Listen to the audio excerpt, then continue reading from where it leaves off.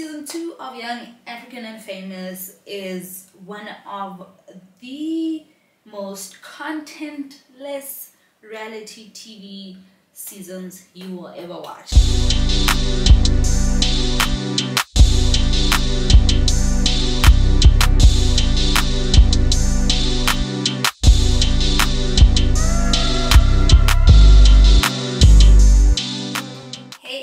I'm Katlara and welcome back to my channel. Hello.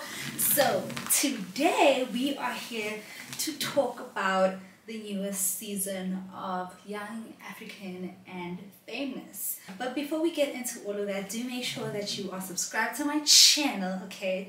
Subscribe, turn on those notifications so you don't miss any of my uploads. Alrighty. Now that all of that is out of the way, let's get into today's little chat slash reality show review. So Young, African and Famous is a reality show on Netflix. Season 2 just dropped and I managed to watch the whole season. It's only 9 episodes, so you can really get through this very fast. I reviewed season 1, so I thought it would only be fitting that I review season 2. And honestly, I was so excited for season 2 because Bonang was gonna be on season 2. I'm not gonna lie, I was really excited and it was so exciting to see her on screen. I was disappointed that it wasn't for long. She was there for literally like 4 scenes and then that was it for Bonang. It was very much underwhelming. Her appearance on Young, African and Famous was really like beautiful gowns, great gowns, because she looks stunning, okay? She looked so good, but she didn't really serve us anything. I mean, if you like reality shows as much as I do, you'd know that when you watch someone who is on a reality show, you expect to see bits and pieces of their lives, and some things are going to be scripted, but there are parts of their lives that are really happening, and those are the kinds of things you expect to see on reality TV. And here's the thing, I don't know what's happening in Bonang's life right now because obviously I'm not afraid. But it would have been nice to see her go behind the scenes on a job or something while she was there, maybe a little FaceTime with a friend on set or something like that. Like, I feel like she tried to be a fixer of the group and it just didn't, like, it was, I'm very upset. I am very upset. I literally thought I was gonna see Bonang Mateba on my screens for 9 episodes straight, and I saw her for literally 20 minutes for 4 episodes or less. Like, so boring. And also, I am disappointed in how she left. I feel like she got baited by Zwanky. So Zwanky came and told her absolute lies. Like, I think anyone who's watched the show, we can all agree that Zwanky straight up lied to Bonang. What Louise said and what Zwanky said to Bonang were 2 completely different things. And if Louise had done or said the things that Zwanky said, I would have understood Bonang's reaction, but unfortunately he didn't. It was just lies. It was all lies, and I think that is an example for me on why it's so dangerous to be reactive, because now you've reacted and it's lies. You get what I'm saying? It's not a good situation. I kind of felt sorry for Louise on that one. I can understand that it must be hard to prove your innocence in that kind of situation because, I mean, she is the queen bee, and who wants to go against the queen bee? Nobody. So, yeah, I kind of felt sorry for Louise on that one. I even felt like their fight was unnecessary. I don't think what Bonang said is wrong about how, you know, as a woman, you should be able to do whatever the hell you want to. I agree 100%. I was literally like, exactly friend, exactly. But I feel like it was misdirected anger because she was so angry at what Zwanky had said that Louise did, using that as a way to get out her frustrations. You know what I'm saying? But she wasn't wrong. She was not wrong. She has fucked the biggest stars in Africa, and she still has a very big brand. I mean, I turned on the TV to watch her. Like, I mean, I wasn't tuning in for anyone else. Honestly, when she came on screen, I was like, finally, here we go. Finally, the show starts. The whole thing was unfortunate. I wish we saw more of her. I understand that maybe Netflix don't have enough money to keep her on for longer. I can imagine she doesn't come cheap. But I wish in those episodes we had seen more. We saw her talking more about other people's business than her business, which is not reality TV. Like, if you're on reality TV, unfortunately you have to talk about your business. Like, that's how it goes. Like, I'm tuning in to see your business, and although I don't want to see you use the bathroom, you know, I would like to know what your thoughts are about the fact that your man cheated or whatever your business is, you know. So yeah, beautiful gowns. No, honestly, beautiful, stunning gowns. But what was the point, really? What? Yeah.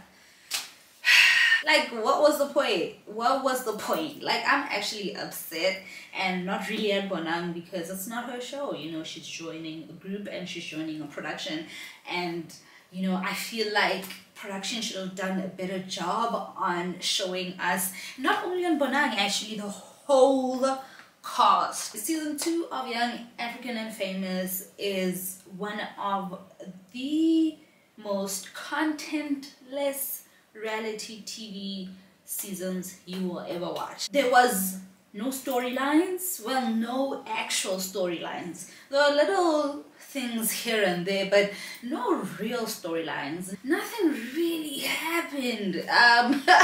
No, for real. They literally just met up at places and talked about what happened the last time they met up. Like, oh my goodness, oh my goodness. Season 2? No, absolutely not. Back to the drawing board. Okay, Netflix, back to the drawing board. I will say, when it comes to the new additions, I really like Luis. He does give off loser vibes sometimes, you know, cringe loser vibes.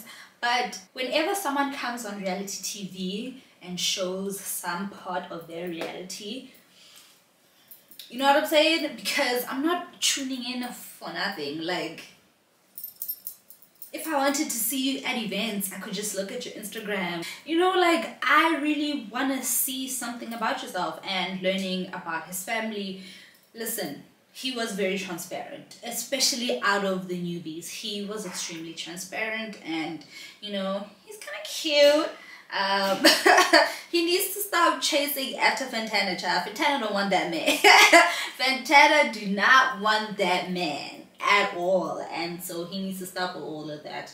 I do sympathize with him when it comes to the need to belong, to find a tribe, to find a close circle of friends. Like, I really do empathize with him on that, and I think that's why I like him as an addition so much, because yes, he has the things that he did that absolutely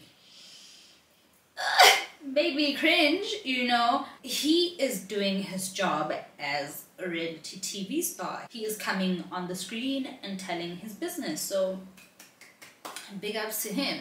Please, next season, less cringe stuff so I can be proudly Team Luis. When it comes to Fantana, I wanted to like her so bad. I wanted to like Fantana so bad, but honestly, Fantana.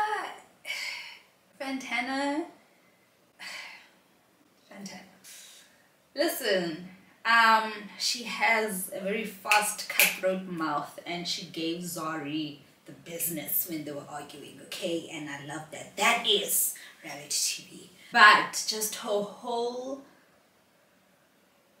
Okay, let me say this. The fight with Bonang and Luis happened because Luis said to Fantana that he doesn't want her to turn into one of Diamond's side chicks, right? And number one, I agree that is no. Honestly, we are creeping on slut shaming. Okay, we are creeping on slut shaming if that's not what he did outright. No, absolutely not. But but it's hard for me to be on her side, you know, because that's what it ended up being. Her whole storyline was being one of Diamond's girls, and I found that really unfortunate because I don't remember who was it Naked or Andile? They said that the only reason Fantana is in the country is to push her new song. The first time we saw her music was the last time we saw her music. Let's focus as city girls, as she claims that she is. Let's focus, you know, let's stop arguing with baby mamas just because the baby daddy told us something that obviously we know the baby daddy is lying about. Like, I was very disappointed that my city girl Fantana believed him, and believed him so much that she went ahead to attack Zari or to try and start some shade with Zari or anything like that. The whole thing is very unfortunate for me. The whole thing is very, very unfortunate. Fantana was really throwing it, and Diamond was catching it. And I honestly thought that even if that was going to be part of her storyline, we'd see some dates, we'd see this, we'd see that. Like, oh my god, man. Nothing happened. Nothing happened in season 2. Nothing happened. Just a whole bunch of useless stuff. A baby mama and a girl who's messing with the same guy fighting, but none of them are the guy's current girlfriends. Like, so why are you girls fighting? Why are you girls fighting? Like, I didn't get that. I didn't get that. I really appreciated how Zari kind of realized and focused that, you know what, how the hell can this girl who doesn't know me, who's never met me, have the courage or the reasons to come to me and say these things? It's probably because of him. And what the hell did he tell her? You know what I'm saying? As a city girl, you never give a man the chance, the opportunity to embarrass you. And because she was so, my man, she got left out in the dust. He literally left Fantana out in the desert sun. And do what you like to do. Fantana was left there by herself looking crazy. Although we all know that obviously these things come from Diamond. But because Diamond is not going to throw himself under the bus for Fantana's sake, he did it for... Listen, Fantana, please, in season 2, can I see a little bit more from you? Let's rather, you know, get to know people, get to see your business, your music, you know, get to see, you know, that kind of stuff. Let's leave the Diamond and Zari situation, because that fight was embarrassing as hell. You won! Yes, definitely you won. You had the better clapbacks. But why? As a city girl, why are you fighting over a man you don't want like that with his baby mama? That don't make no sense. That don't make no sense. It's either you like Diamond or I don't know. I really don't know, because I would never ever get into a back and forth with someone's baby mama, especially if I don't really even like that person. That person is just someone who happens to be part of my list, part of the roster. Like, why am I going back and forth with his baby mama? It don't make no sense. Fantana, let's tighten up season 3 if you'll be back, because I feel like Rosette is gonna come for your spot. Because Rosette knows reality TV, okay? Like, the most interesting thing about season 2 of Young, African and Famous is that we had hella baby mama and baby daddy drama. Like, it was a lot. I think my favorite part of this whole baby mama drama situation was Andile's whole love triangle. Oh my god. Andile makes me sick. He makes me tired. The proverbs, the poems, the metaphors, the voice over voice. Like, let's stop. Let's not do that. Like, let's not. Let's not parading as a good guy gentleman, but actually being a villain who invites his baby mamas to the birthday party of the girl he says he was or is interested in. Like, that is a villain. A wolf in sheep's clothing. Okay? Like, oh my god, Andile. Andile. But I'm so happy that he is that way, because that fight that his baby mamas had, oh, just kiss. Like, I think that's when I decided that I'm gonna be Team Rosette. Rosette is beautiful, okay? Rosette is absolutely stunning, okay? Beautiful, beautiful girl, just. Andile has good taste, eh? Andile has really great taste. But yes, Rosette is stunning. When she's on the screen, I am happy. It's nice to watch her beautiful face on the screen. So, you know, tick. Number 2, she is made for reality TV, okay? She is fucking hilarious, and she will say what she's not supposed to say. Like, she is very chaotic. And I respect that. I do respect that, because we do, when it comes to reality shows, we do need that. Like, if no one is gonna be chaotic, bring the drama, it's just not gonna work. It's just not gonna work, okay? And literally seeing her sit in her seat and be like, when Sebato was like, you know, as my man, and she was like, was was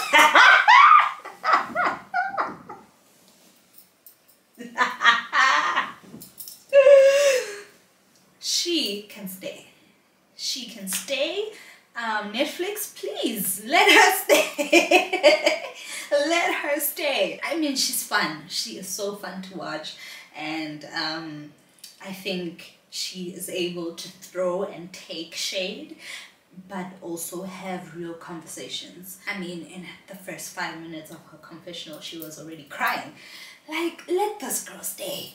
Let this girl stay. Okay, I'm telling you, we will watch her. We will watch her. Angela, on the other hand, I don't know, but if he's gonna bring her all the time, I guess he can come too. I'm so sorry to Sebato. I am so sorry to Sebato, because I'm Team Rosette on this one. I can understand how Sebato feels about boundaries and relationships. Fully. I get her fully. I myself have a man, okay? So I get her fully. But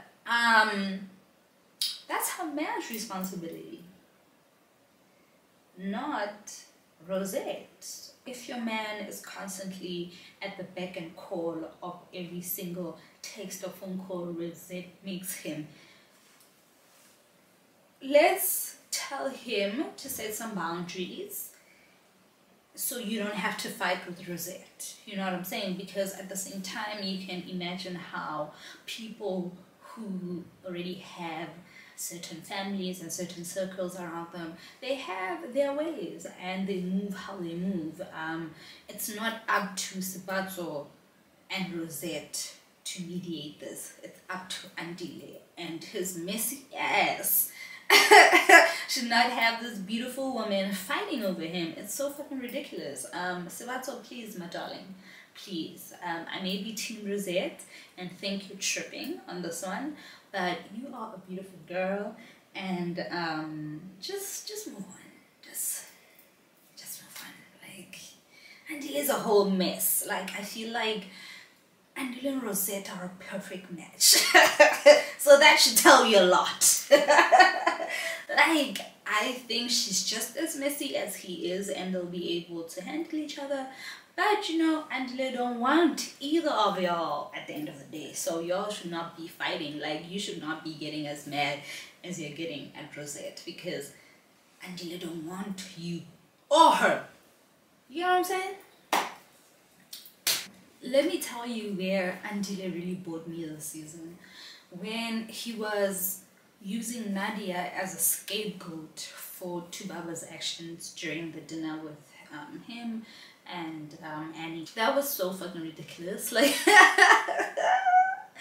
I mean, I get it because he's trying to like nudge her, like, "Hey, Mona, stop talking. Can't you see things are going from wesa to wesa?"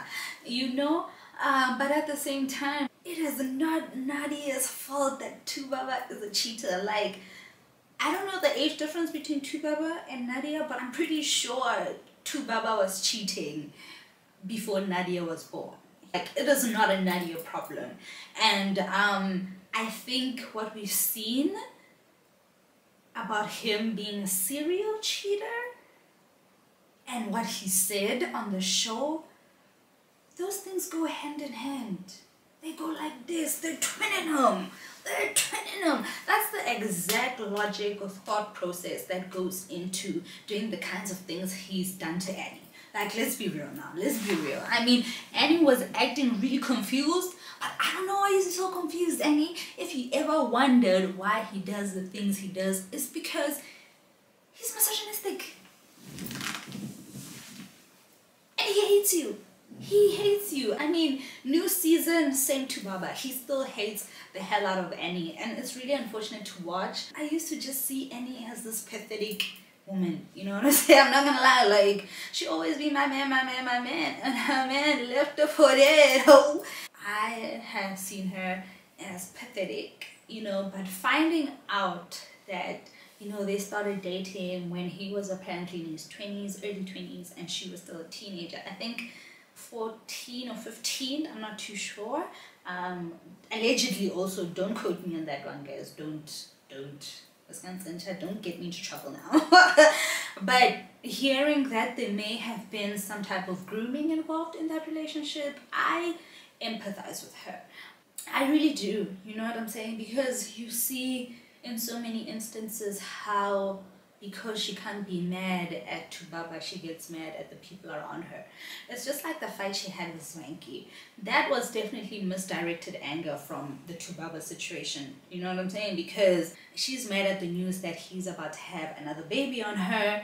And instead of being mad at him, she's mad at Swanky for sending her a voice note to check if she's okay. Of course, if I hear that my friend's man is having a baby on her, I'm gonna call to check if she's okay. Like, she made it seem like Zwanky was fishing. You know what I'm saying? I'd understand if Nadia Nakai sent her that voice note. But y'all are supposed to be friends. I mean, that's, like, isn't that how friendship is? Like, you call and check on each other. So I just, no. New season, same opinion. Annie, I'm gonna need you to stand up. I would love to see a comeback story from you. I'm not gonna lie. Annie is so quick to get mad at people, but she treats Tubaba with such nice gloves. Like, it's so weird to see. Like, if you say one wrong thing to Annie, or if she's fighting with you, I mean, how many times did she call Zwanky a small boy? You get what I'm saying? Whereas when it comes to Tubaba, she's on a fucking podcast talking about, give my marriage a break. Nigga, tell your husband to give your marriage a break. Like, why you say fuck me, bro? Like, it's not me, it's your husband who's fucking. Every season we see her get into arguments with people over Tubaba or about Tubaba, or she's like, how can you say that to the wife of Tubaba? Like, I'm gonna need her to move on, like, desperately. What the hell's on that? Because seeing that man hate her and hate her loudly on TV every year, it's not good. It's not good. It's not really fun for me to watch. It's not really fun for me. I love the drama, you know, but I don't love seeing what looks like a toxic marriage. You know what I'm saying? So yeah, man. Please, Annie, for the sake of me as a viewer, leave your husband. How crazy does that sound? I sound fucking insane, but like, I am begging her from my soul. Like, I have had enough. Okay? I've had enough. It's like, at this point, Annie, if you want me to come kidnap you, blink twice. Okay, I will come. I will literally come. Even looks like this man is sucking out your beauty, your life force. You know, he's looking better and better every time I see him. And every time I see you, oh, yeah, go, what? Hey, Annie. No, man. What Chubaba said actually like really rubbed me the wrong way. You know what I'm saying? Because, yo guys, it's so crushing to see Annie literally sitting right next to him and her face going blank, and he's continued talking about fucking other women during an outside baby scandal. Like, now he's a villain. He is a villain. Like, he's not a good guy. He is not a good guy. Wow. Sure. God, please clear from my path any man like that. Any man like Chubaba, innocent, two-faced, Idia Ababa. Please, God. Rebuke him from my path. Amen. No. But anyway, let's move on to Nadia. This season, what can I say about Nadia? She hated Bona. I mean, that was Nadia's whole storyline this season. Not that she had one to begin with, or not that anyone. Listen, I don't think really anyone except Rosette and Sabato had a storyline, and Luis. Nobody had a storyline.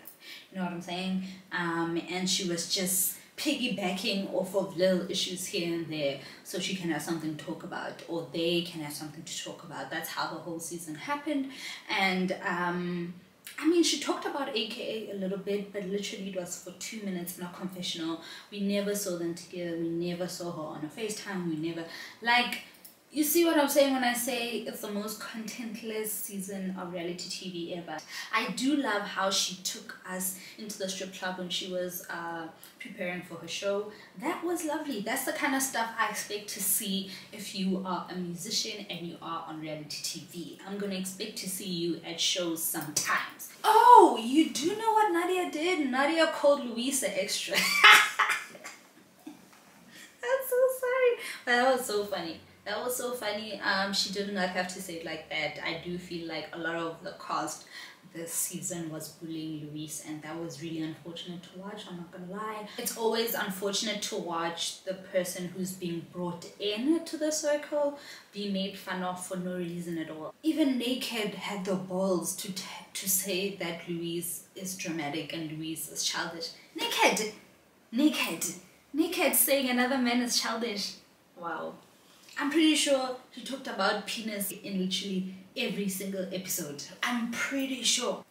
Come on, Naked. I mean, Naked, you had a trailer proposal.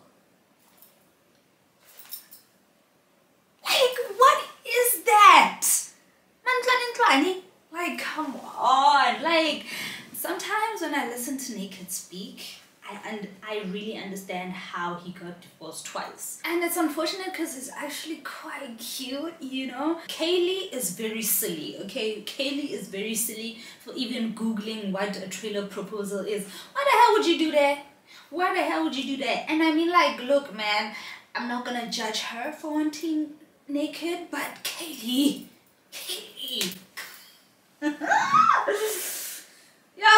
Yeah, I know.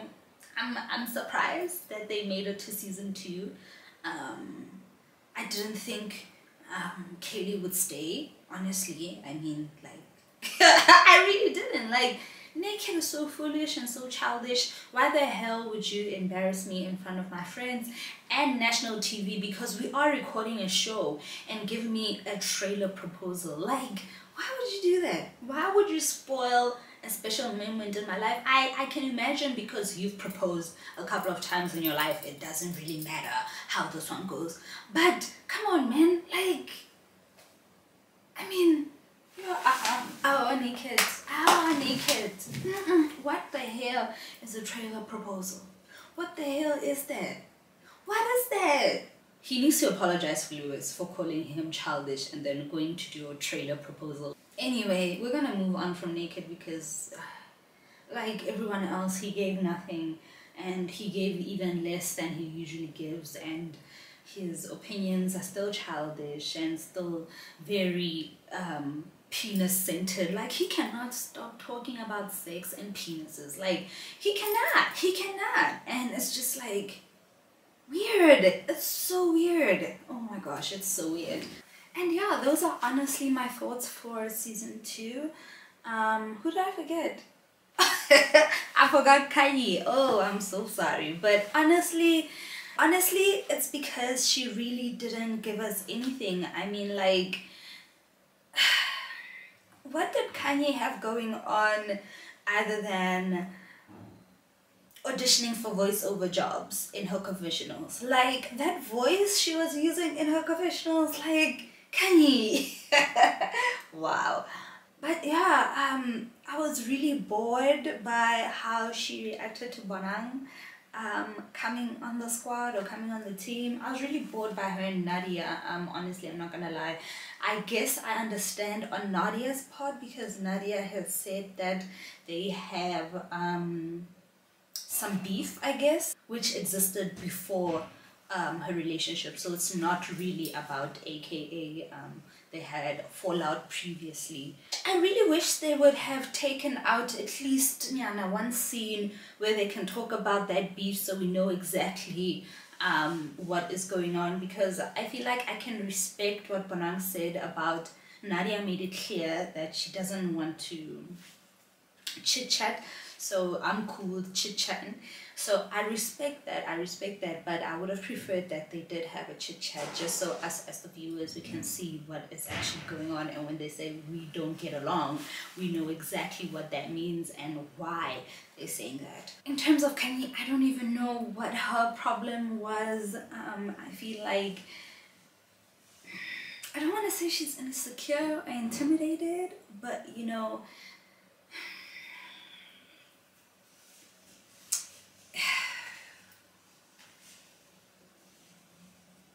it's giving insecure and intimidated. In the previous season, she had a problem with Zari because she feels like Zari wants to be the main character. Now she has a problem with Bonang because Bonang wants to be the main character. Are we going to go through this every single season but with someone else? Like,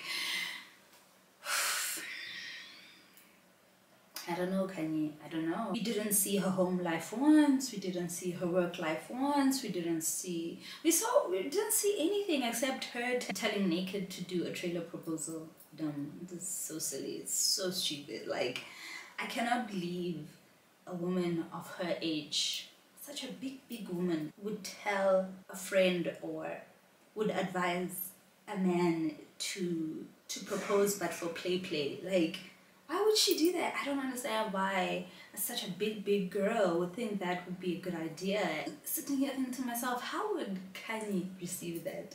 You know what I'm saying? And I'm pretty sure she wouldn't receive it in a good way. So why does she want Kaylee to go? Does she really secretly hate Kaylee? The whole time I'm thinking Naked is the villain, but maybe it's honestly Kanye. And then after having problems with Bonang, and she has a problem with Annie, she has a problem, like, so many problems, not enough content, girl, not enough content, okay, not enough content. And that's honestly my closing opinion on season 2. Not enough content, no. This is not a good one. Team Rosette, partially Team Louise. Fantana, I'm gonna need you to tighten up because we are not gonna be fighting baby mamas as city girls. We are not doing that, especially when we're on the show to debut our new music.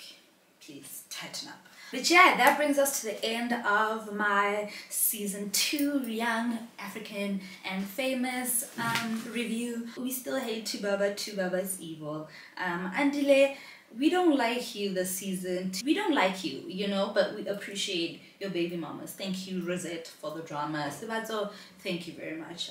You guys saved the season for me personally. I don't know about you guys, but yeah, Bonan, please come back and actually show us pieces of your life. I would really love that. Kanye, show us something, girl. Show us something, okay? At least let us see you catching a flight to Dubai. Like, show us something, all right? Zwanky, you need to apologize to Louise. Zwanky, you need to apologize to Louise. You set him up, you didn't defend him, and you went further and attacked him. That is not cool, that is not alright, okay? Okay. Annie, come on, man. Like, you need to own up to what you did to Zwanky. I mean, I don't think Zwanky is lying. A sincere sorry, I think, will fix everything, because it doesn't look like Zwanky wants to stop being Annie's friend. So yeah, fix that, and also please leave Tubaba. Like, I'm begging you from my soul. Like, please, we are tired of doing this with you. Like, I told you, you have one more season to do this back and forth, and after that we have to wrap it up. We have to wrap it up and move on. I'd love a comeback season from you. Fantana, please focus. Thank you. Diamond, continue doing what you do, brother. Thank you for the content. Thank you for making the ladies fight. I don't know why they're fighting over you though. It's a little strange, but you know what? If they like it, I love it. Luis, first good season. I think the next season is going to be better for you. You look like you have great potential as a really entertaining reality star. Yeah, that's it. That's all I have to say. Baby mamas, stand up.